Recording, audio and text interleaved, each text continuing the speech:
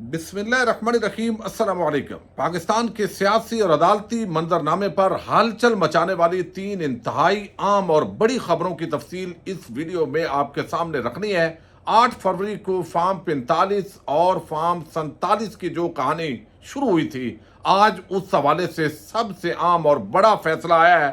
इस फैसले के क्या दूरस असरात मुरतब होने जा रहे हैं इस पूरी कहानी के अंदर, और यहाँ सिकंदर सुल्तान राजा और उनकी टीम ने क्या किरदार अदा किया है, और इस्लामाबाद हाई कोर्ट के जो जज जस्टिस तारक महमूद जहांगीरी पर मुश्तमिल ट्रिब्यूनल था, अब उसका क्या बनेगा, ये फैसला सुनाया गया है। इसकी तफसील मैंने आपके सामने रखनी है। दूसरी तरफ आपको इल्म है, चंद दिन पहले एक शायर, इनकलाबी शायर अहमद फरहाद, जिनका ताल्लुक कश्मीर से है, उनको अगवा किया गया और फिर कश्मीर के अंदर जाकर उनकी गिरफ्तारी जाहिर की गई, और जस्टिस मोहसिन अख्तर कियानी ने खुफिया एजेंसीज MIIB और बाकियों के खिलाफ लापता अफराद के हवाले से बड़ा एक्शन लिया, बड़े सख्त रिमार्क्स दिए, और फिर जो है अब इसका तहरीरी एक हुक्मनामा जारी किया गया। ये बड़ा दिलचस्प है।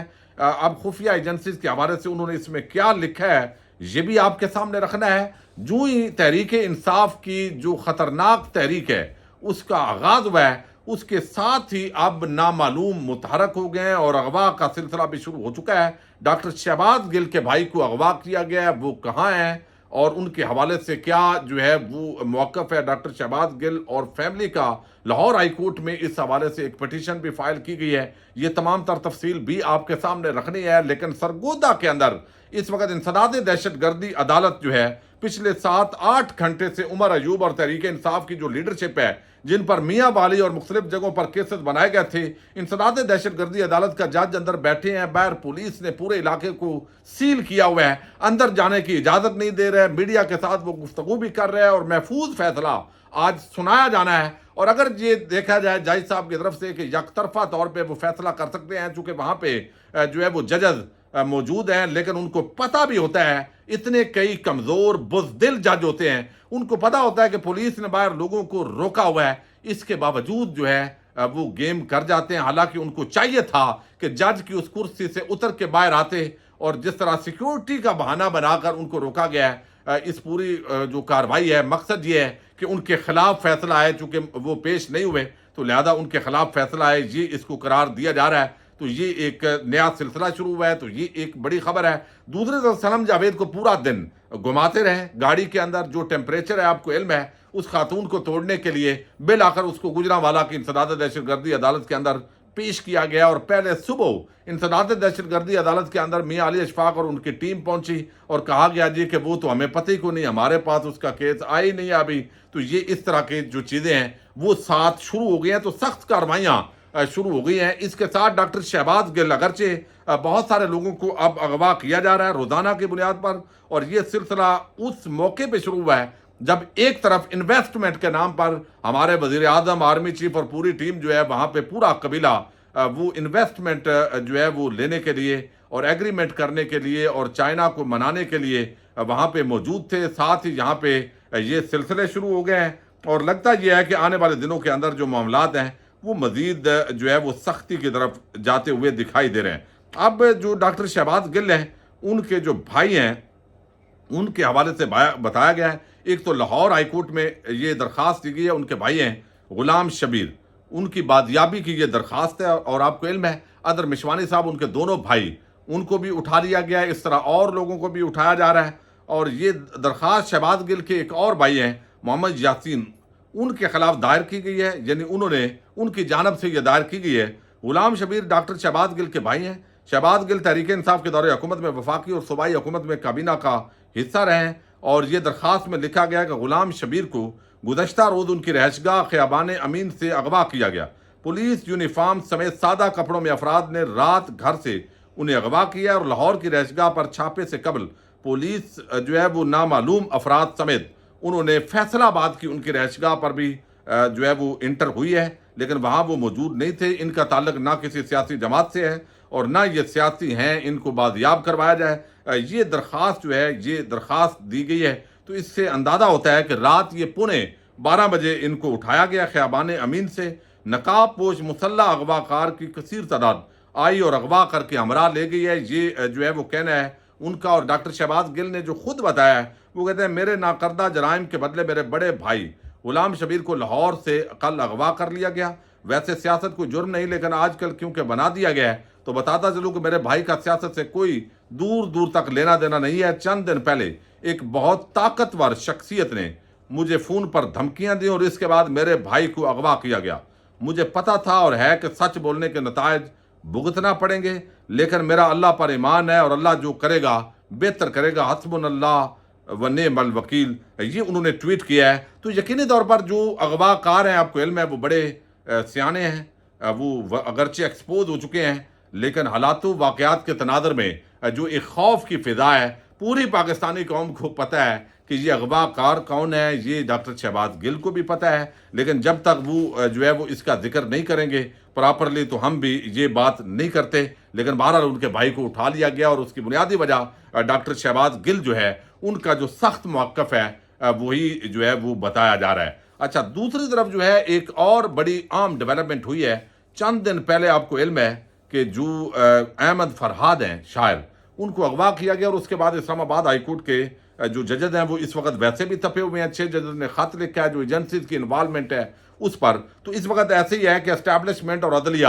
یہاں پہ آمنے سامنے ہے، لیکن سپریم کورٹ کو قاضی صاحب نے کور کیا ہوا ہے اور اسلام آباد ہائی کورٹ کو جو جسٹس عامر فاروق ہیں انہوں نے کور کیا ہوا ہے کہ ہم نے جو بھی ہو گیا، نیچے ظلم ہو، فسطائیت ہو، جو بھی ہو، تشدد ہو، انسانی حقوق کی پامالیاں ہوں، تو اس کو کور اپ بغیر جو ہے وہ کیا جا رہا ہے۔ اس پورے معاملے کے اندر یہ بڑا افسوسناک پہلو ہے جو تاثر قائم ہو رہا ہے ان کے حوالے سے۔ بہرحال ایک نتیجہ یہ ہے کہ وہاں چونکہ گرفتاری ڈال دی گئی تھی تو اس کے باوجود کیس ختم نہیں کیا گیا تھا، لیکن اس کے ساتھ اب بتایا گیا کہ یہ معاملہ ایسے حل نہیں ہوگا چونکہ اور لوگ بھی مسنگ پرسنز ہیں، ان کو اغوا کیا جاتا ہے، بلوچ طلبہ بھی مسنگ ہیں، اور یہ سارے معاملات جو ہے وہ حل کرنے ضروری ہیں۔ عدالت کے سامنے جو ایجنسیز ہیں ان کے جو شخصیات ہیں وہ موجود ہوں۔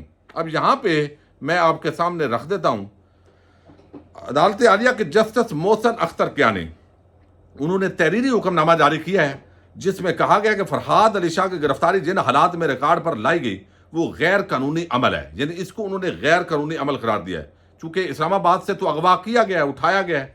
فرحاد علی شاہ کو بحفاظت گھر واپس آنے تک جبری گمشدہ قرار دیا جاتا ہے، تو اس کا مطلب یہ ہے کہ وہ چاہتے ہیں جلدی جلدی اس کو چھوڑا جائے۔ اب وہ جوڈیشل ہو گئے ہیں اور امید ہے ان کو چھوڑ دیا جائے گا۔ پھر آگے انہوں نے کہا کہ فرحاد علی شاہ جب بھی گھر پہنچے تفتیشی افسر مجسٹریٹ کے سامنے 164 کا بیان قلم بند کروائیں، جوڈیشل مجسٹریٹ کے سامنے بیان کی روشنی میں تفتیش کو آگے بڑھایا جائے۔ تحریری حکم نامے کے اندر کہا گیا کہ تمام مسنگ پرسنز کیسز کی سماعت کے لیے لارجر بینچ کی تشکیل کے لیے معاملہ چیف جسٹس کو ارسال کیا گیا ہے۔ چیف جسٹس کون ہے؟ عامر فاروق۔ تو لارجر بینچ خیر جو بھی ہوگا عامر فاروق بنائیں گے تو ظاہر ہے ان کے علاوہ تو 7 ججز ہوں گے نا، 2 ججز ہوں گے یا جو ہے وہ 2 اور ہوں گے، یعنی 4 ججز اور ہوں گے، تو اس کا مطلب ہے کہ وہ بیچارے تو پھنس ہی جائیں گے اس کے اندر۔ اچھا، اب لارجر بینچ کی تشکیل کے معاملے پر چیف جسٹس کو لکھ دیا گیا ہے، رجسٹرار آفس لارجر بینچ کی تشکیل کے لیے مسنگ پرسنز کے کیسز یکجا کر کے چیف جسٹس کے سامنے رکھے۔ چیف جسٹس یعنی ہائی کورٹ انتظامی اختیارات استعمال کر کے لارجر بینچ بنائیں تاکہ مفاد عامہ کے اس مسئلے کو بہتر طور پر نپٹایا جا سکے۔ پھر تحریری حکم نامے کے اندر 2 بڑے عام پیراگراف ہیں جو آپ کے سامنے رکھنے ہیں۔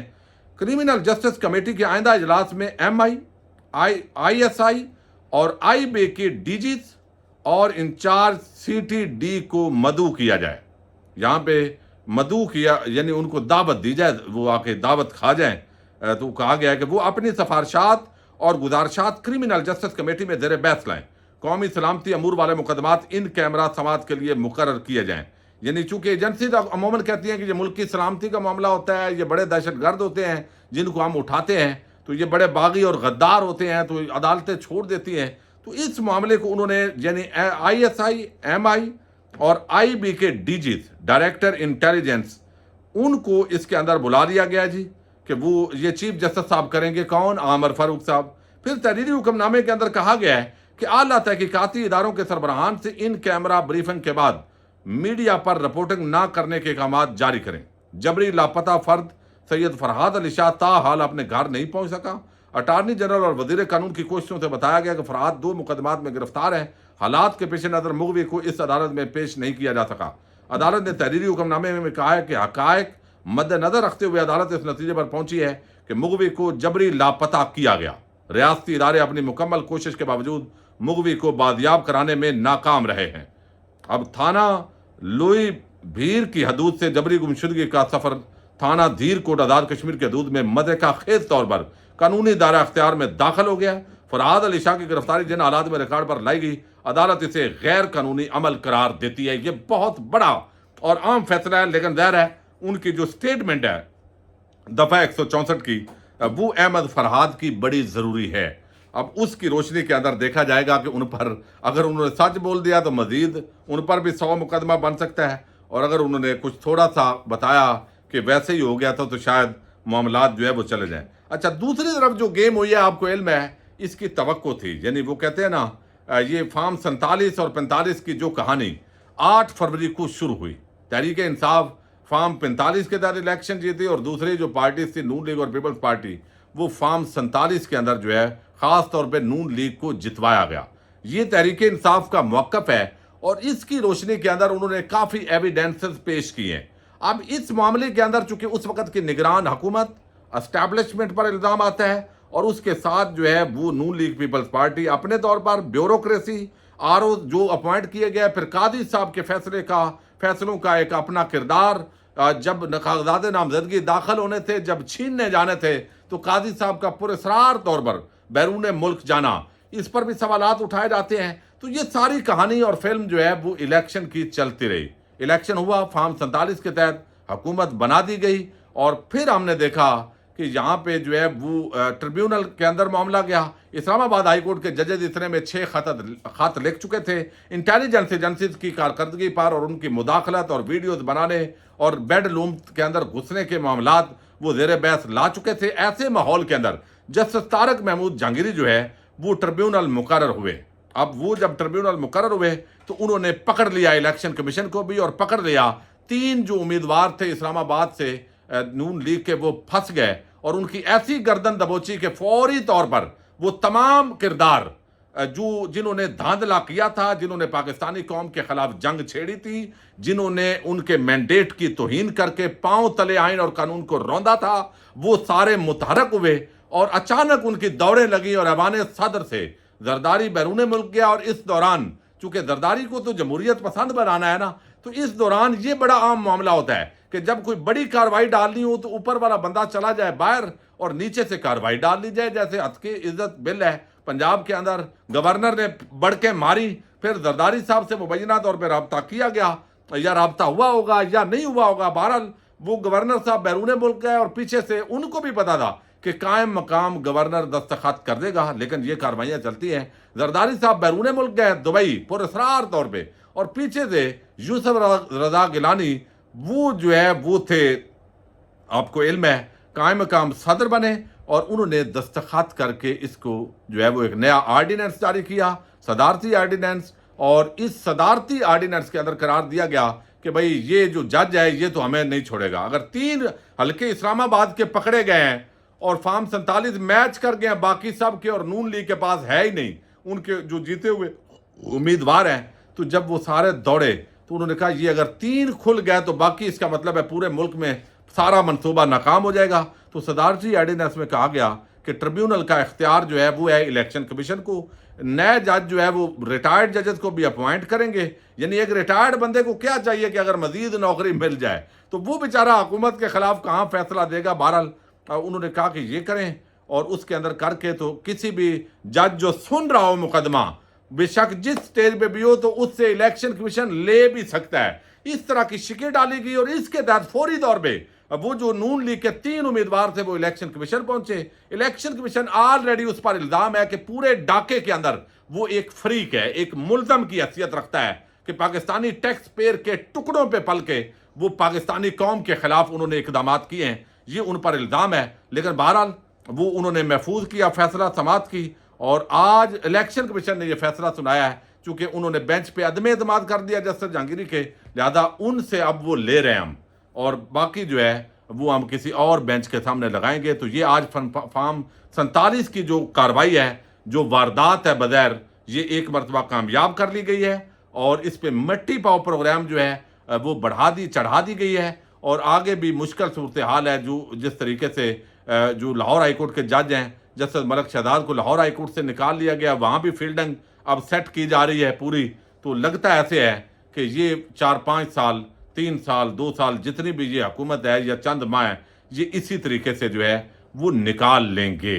तो ये आज फैसला सुना दिया गया जी, जस्टिस जहांगीरी साहब से ले लिया गया। अब जस्टिस जहांगीरी क्या करेंगे, फैसले के अंदर लिखा हुआ है और पूरा सब एक पेज है। और मेहरबानी है काजी साहब और जस्टिस आमर फारूक साहब की, वो मजीद कौम पे मेहरबानियाँ साथ साथ इलेक्शन कमीशन समेत करते जा रहे हैं। पाकिस्तान जिंदाबाद, पाक फौज पाइंदाबाद।